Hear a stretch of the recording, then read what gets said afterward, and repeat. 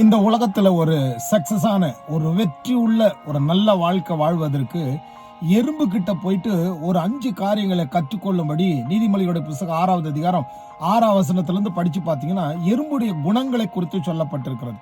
அதங்கிட்ட இருந்து நாம ஒரு 5 நல்ல காரியத்தை நாம படித்துக் கொள்ளலாம். முதல் காரியம் அது என்னன்னு சொன்னா, கோடை காலத்துல மழை வர்ற காலத்துக்கு முன்னாடி அது என்ன செய்ய, தனக்கு தானியத்தை சேர்த்து வைக்கும். அது எதுக்கெல்லாம் அடையாளம் அப்படி சொன்னா, அவருடைய வருகைக்கு முன்னாடி நாம் ஆயத்தமாகணும் அப்படிங்கிறதுக்கு ஒரு அடையாளம்.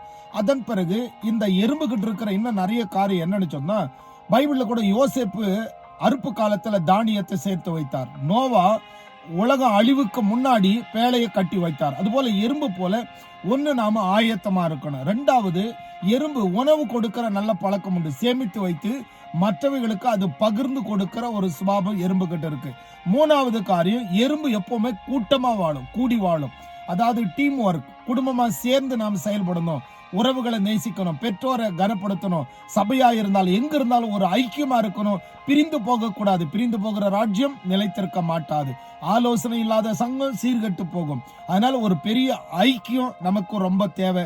அது எறும்பு கிட்ட இருந்து கற்றுக்கொள்ளலாம். யோவானுடைய புத்தகம் 7:22 கூட சொல்லுகிறது, பிதா, குமாரன், பரிசுத்த ஆவியானவர் ஒற்றுமையா இருக்கிறது போல நாமும் கூட ஒற்றுமையா இருக்கணும் அப்படின்னு சொல்லிதான் வேதம் சொல்லுகிறது. 4வது காரியம், எறும்பு எப்பொழுதுமே சுறுசுறுப்பா இருக்கும். அது சோம்பேறியா இருக்கு. அதிகாலையில் அது எழுந்து கொள்ளும். அதிகாலையில் எழுந்து அதுக்கு பிரபுவும் கிடையாது, அதுக்கு தலைவனும் கிடையாது, ஆனாலும் அது சுறுசுறுப்பா இருப்போம். அதே போல நீங்களும் கூட எப்பொழுதும் சுறுசுறுப்பா இருக்கணும். 5வது காரியம், எறும்பு எப்பொழுதும் ஜாக்கிரதையா இருக்கும். அது அதிக நேரம் தூங்காது.